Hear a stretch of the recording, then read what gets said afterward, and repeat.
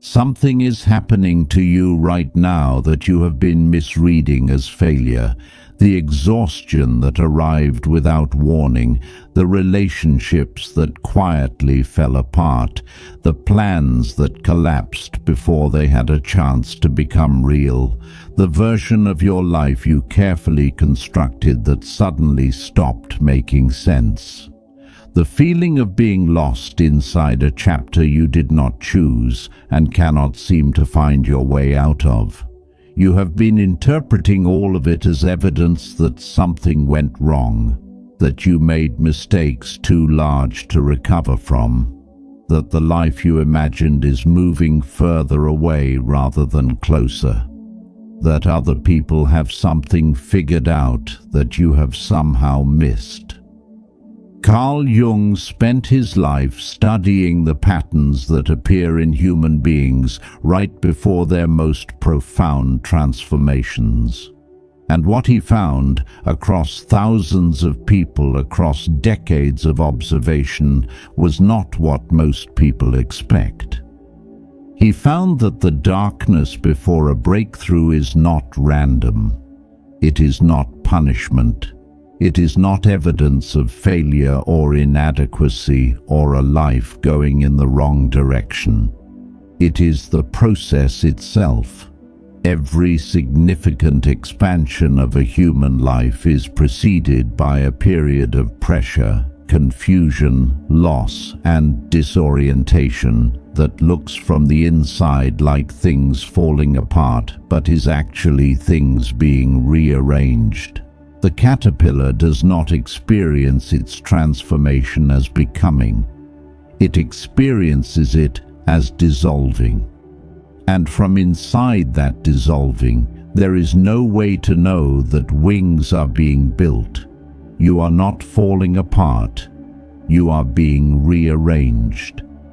Seneca wrote, "Every new beginning comes from some other beginning's end." What feels like the collapse of everything is often the clearing of what was never meant to stay.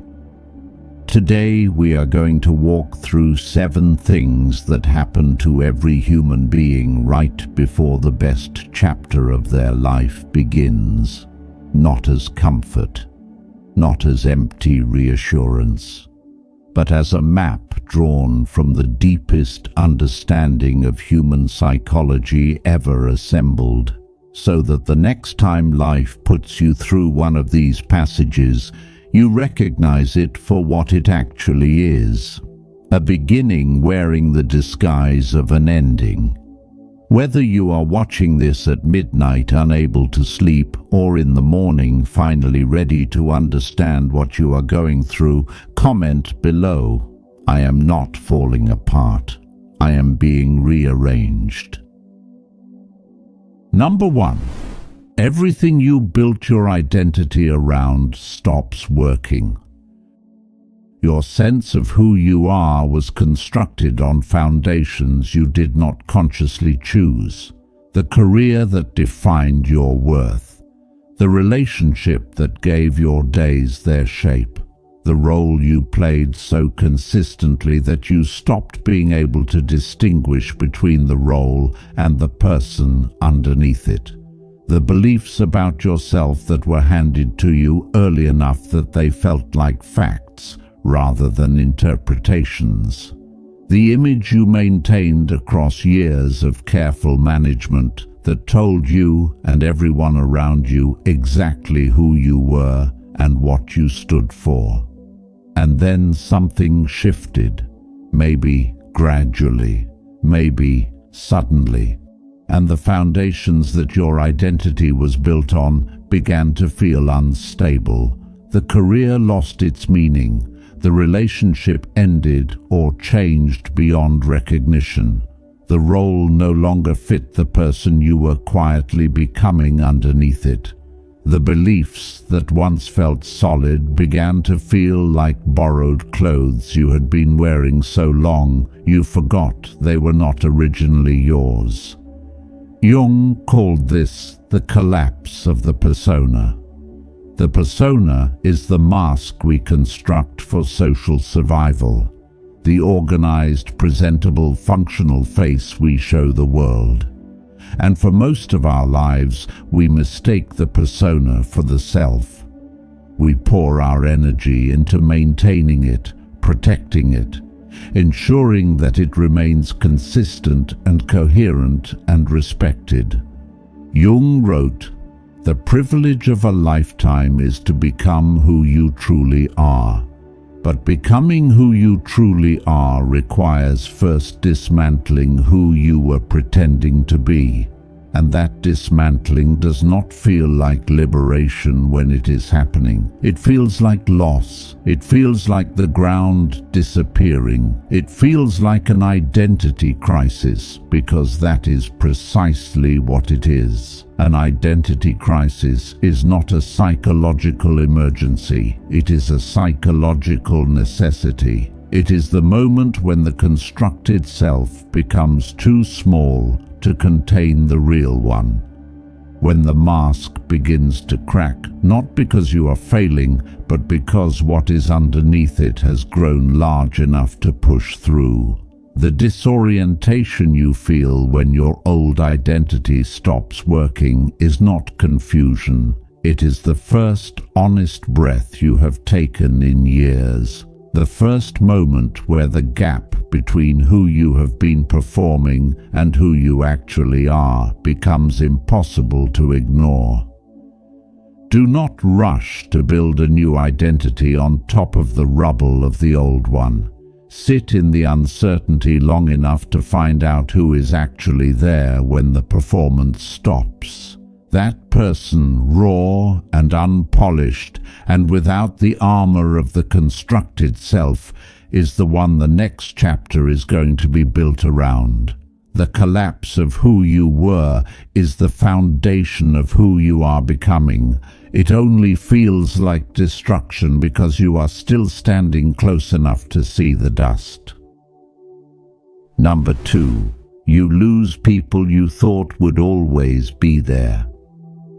Some departures announce themselves. Others simply happen, quietly and without ceremony, and you only recognize the ending in retrospect. A friendship that faded across a year of decreasing contact until one day you realized you could not remember the last real conversation. A relationship that ended not in a dramatic moment, but in the slow accumulation of distance that neither of you named until naming it was the only honest thing left to do.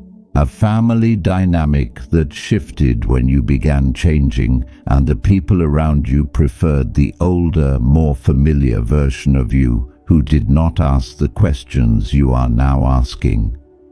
Losing people before a major life transition is one of the most painful and least discussed aspects of genuine growth. Because growth is not universally welcomed by the people around you. Some people in your life have a relationship not with you, but with the specific version of you that existed when they met you. When you begin to change, they experience that change as a kind of betrayal, as you becoming someone they did not agree to know. Jung observed, "The most terrifying thing is to accept oneself completely." And one of the reasons it is terrifying is that complete self-acceptance often makes you incompatible with people who needed you to remain incomplete, who needed your self-doubt to justify their own, who needed your smallness to feel comfortable in their own size, who needed you to stay in the role you occupied in their story and found your departure from that role deeply unsettling. The people who leave as you grow are not villains. Most of them are simply people whose path and yours ran parallel for a season and have now diverged. Divergence is not betrayal. It is just the honest acknowledgement that two people are heading in different directions, and pretending otherwise would cost both of them something real. What feels like abandonment before a breakthrough is often alignment in disguise. Life clearing the space around you for the people and connections that match who you are becoming rather than who you used to be. It hurts with a specific and irreplaceable kind of pain. The pain of losing someone who was genuinely important to you. That pain is real, and it deserves to be felt honestly. But on the other side of that feeling, if you let yourself move through it rather than around it, you will find something unexpected. Room. Space that was previously occupied now open and available for something that fits the person you are in the process of becoming. The people meant for your next chapter cannot find their way to you, while every available space is still occupied by relationships that belong to the last one. Number 3. You are forced into a silence you did not choose. Life slows down in a way that feels like punishment. The activity and noise and forward momentum that kept you from having to sit with yourself suddenly disappears. An illness, a job loss, a heartbreak that makes socializing feel impossible. A period of enforced stillness that removes all the distractions you had been using to avoid the conversation your inner world had been trying to have with you for years. And in that silence, things surface. Feelings you buried under the busyness, truths you knew but had successfully avoided confronting. Questions about your own life that the noise was keeping at a comfortable distance suddenly have no noise to hide behind. They arrive and they sit with you, and they will not be dismissed with activity because the activity is gone. Most people experience this forced silence as the worst thing that has happened to them, as something to escape as quickly as possible, as a problem to be solved rather than a passage to be moved through. Jung wrote, "Your vision will become clear only when you can look into your own heart. Who looks outside dreams, who looks inside awakes." The forced silence before a breakthrough is not a punishment for anything you did or failed to do. It is an invitation, possibly the most important invitation your life will ever extend to you. An invitation to stop running long enough to find out what you are running from, to sit with yourself long enough to remember who you actually are underneath the roles and the noise and the constant performance of a functional life. What surfaces in the silence is not comfortable. Unexamined grief surfaces. Unacknowledged anger surfaces. Dreams you abandoned so long ago you had convinced yourself you no longer wanted them surface with a clarity that the busy years kept safely muffled. Parts of yourself that the noise was suppressing come forward and demand the honest engagement that you have been too distracted to offer them. This is not a breakdown, this is an awakening. The difference between the two is not how it feels from the inside. From the inside, they are indistinguishable. The difference is what you do with what surfaces, whether you rush back to noise as soon as an exit presents itself, or whether you stay in the silence long enough to hear what it came to tell you. Stay. Everything the silence brought to the surface arrived for a reason, and the reason, as uncomfortable as it is always pointing towards something your next chapter requires you to understand about yourself. The conversation your inner world is trying to have with you is the most important one you will ever have. Do not leave before it finishes. Number 4. Old patterns stop working and new ones have not arrived yet. The strategies that carried you this far have stopped producing results. The way you approached relationships that always worked before is generating outcomes you did not anticipate. The professional habits that built your early success are no longer sufficient for the level you are trying to reach. The coping mechanisms that got you through hard seasons in the past are either unavailable or failing to provide the relief they used to. The map you have been using to navigate your own life has stopped matching the terrain, and the new map has not arrived yet. This gap, the space between the old strategies becoming obsolete and the new ones becoming available, is one of the most disorienting experiences a human being can have. Because we are creatures of pattern, we rely on knowing how things work, on having a reliable method for navigating the challenges in front of us. When the method stops working and no replacement has materialized, the resulting uncertainty touches something very deep and very frightened in us. Jung described this as the necessary disorientation of genuine transformation. He understood that you cannot carry old tools into a new landscape and expect them to be sufficient. That the growth being demanded of you requires capabilities you have not yet developed. And the only way to develop them is to spend time in the uncomfortable territory where the old ones no longer work and the new ones are still being built. Jung wrote, "We cannot change anything unless we accept it. Condemnation does not liberate, it oppresses."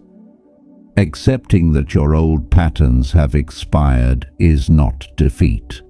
It is the first act of the intelligence required for what comes next. The person who insists on using a strategy that has stopped working is not being persistent. They are being afraid. Afraid that the absence of the old method means the absence of any method. Afraid that releasing what no longer works means being left with nothing. But the new patterns cannot be discovered from inside the old ones.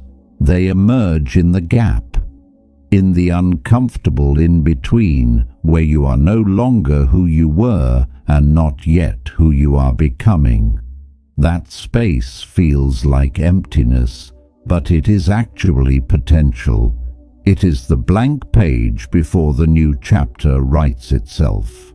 Do not fill the gap prematurely with the first available distraction. Do not grab the nearest old pattern and force it to work past its expiry.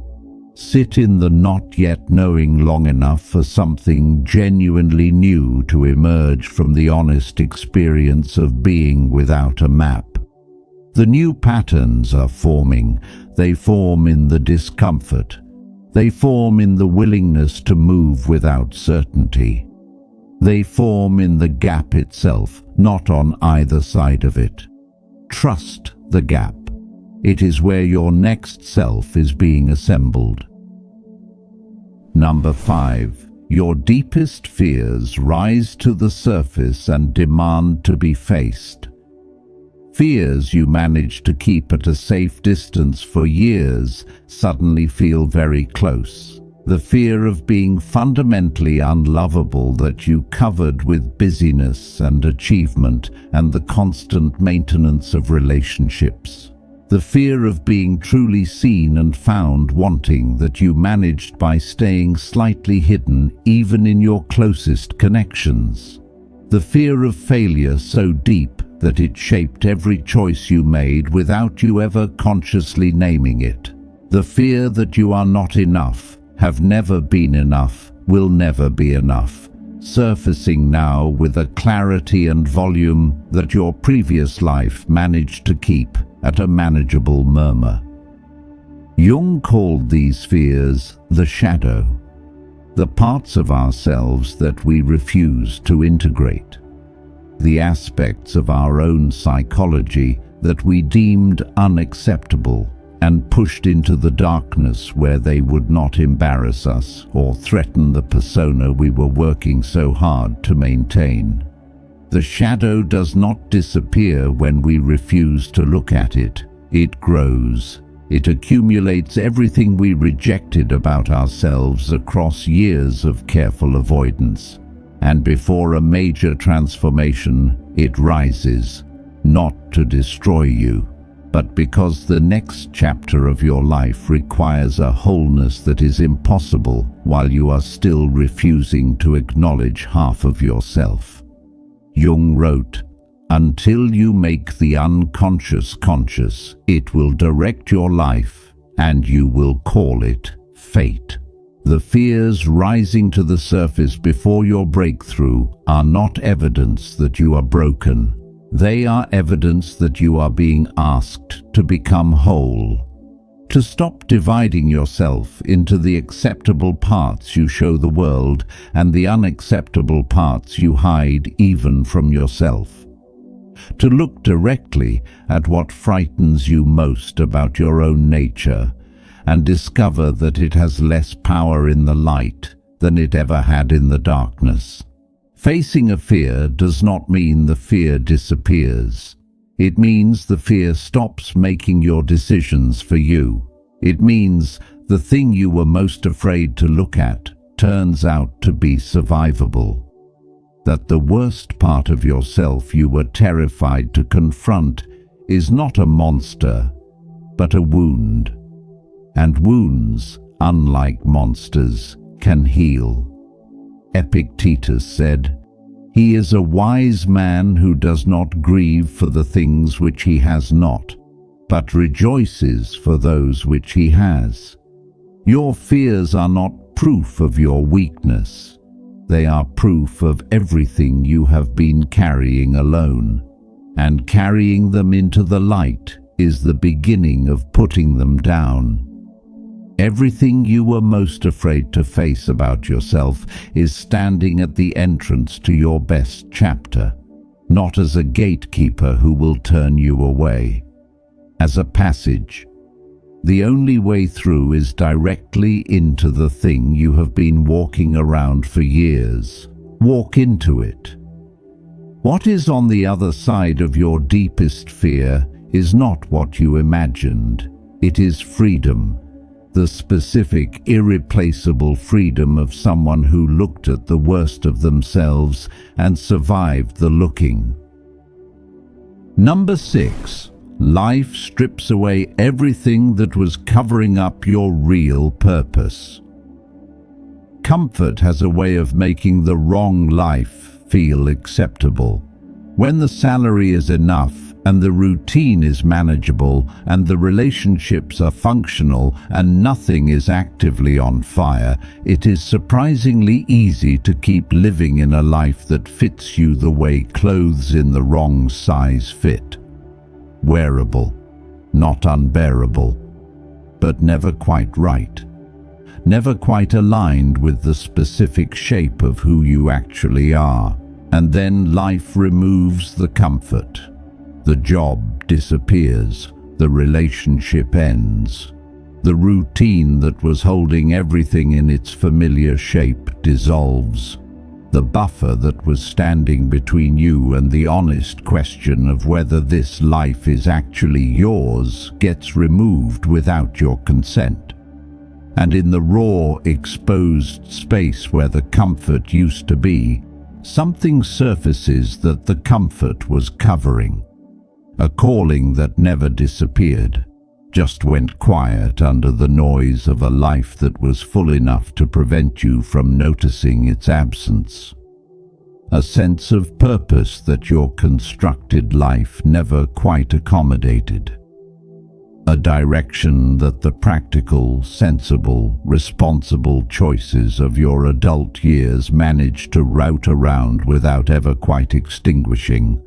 Jung wrote, "The least of things with a meaning is worth more in life than the greatest of things without it." Meaning is not optional. Not in the way that luxury is optional or convenience is optional. Meaning is a biological necessity. A life lived without it produces a specific kind of suffering that no amount of comfort, success, or distraction can permanently address. You can manage it. You can cover it. But it does not go away. The stripping away before the breakthrough is life removing the covering so that you cannot ignore what has been underneath it. So that you are finally, undeniably, uncomfortably confronted with the gap between the life you have been living and the life that your deepest nature has been trying to live through you.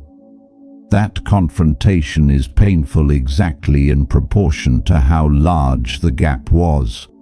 The more you covered, the more exposure hurts. But the pain of that exposure is clarifying in a way that the comfortable numbness never was. It points, it directs, it tells you with unmistakable specificity what matters and what does not, and what your remaining time on earth is actually for. The life being stripped away was not your real life. It was the scaffolding around it. And scaffolding is only ever meant to be temporary. It exists to support construction, not to be mistaken for the building itself. What remains after the stripping is the building, raw and unfinished and with a great deal of work still to be done, but real, genuinely, specifically, irreplaceably yours. Build from what remains. That is the only material that ever needed to be used. Number 7. You feel like you are running out of time, and somehow that feeling is a gift. Urgency arrives, and it does not feel like motivation. It feels like panic wearing a philosophical mask. Like the sudden visceral awareness that time is moving and you are not moving with it. That the years you assumed you had in abundance are revealing themselves to be finite in a way that your younger self managed to treat as theoretical rather than real. That the life you kept meaning to get around to starting is waiting on the other side of a clock that does not slow down for intention.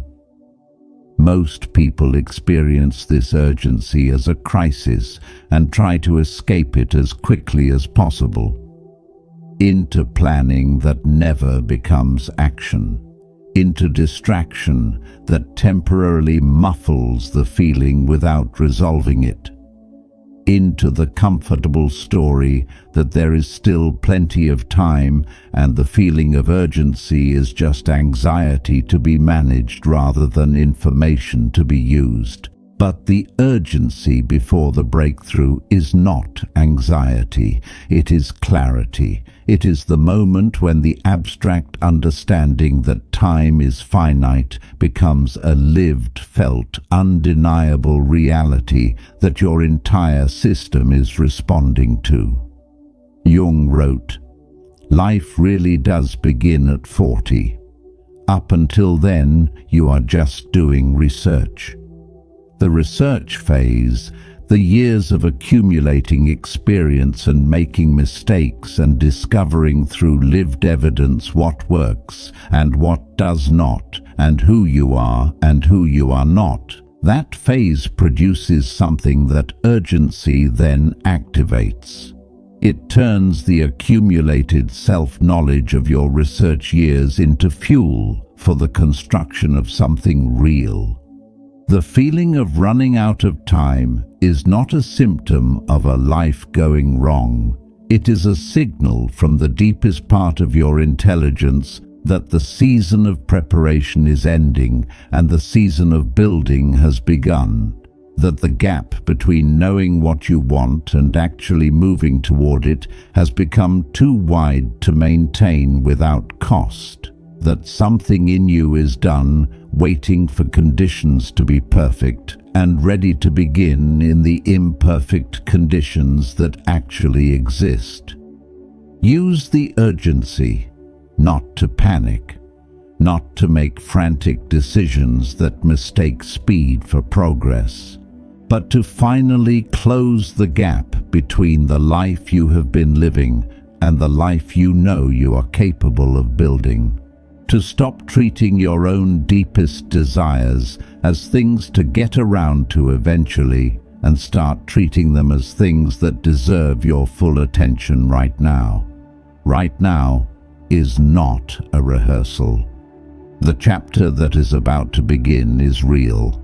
The person you are becoming through everything you have been through is real. And the life waiting on the other side of everything you have survived is not a distant possibility. It is the next thing. The urgency you feel is not the feeling of running out of time. It is the feeling of time finally becoming yours to use. 7 passages, 7 experiences that feel like endings but function as beginnings. Your identity collapsing under the weight of what you have outgrown. The people departing who belong to the chapter that is closing. The silence arriving to finally say what the noise was preventing. The old strategies expiring before the new ones are ready. The fears surfacing that can no longer be avoided. The comfort dissolving to expose what it was covering. And the urgency arriving to close the gap between who you have been and who you are finally ready to become.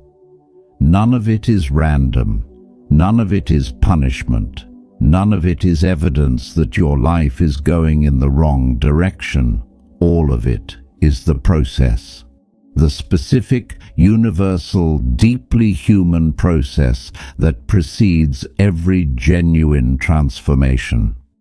The passage that every person who has ever stepped into the best chapter of their life had to move through first. Jung understood this because he lived it. He went through his own collapse, his own silence, his own confrontation with shadow, his own stripping away of everything comfortable and familiar.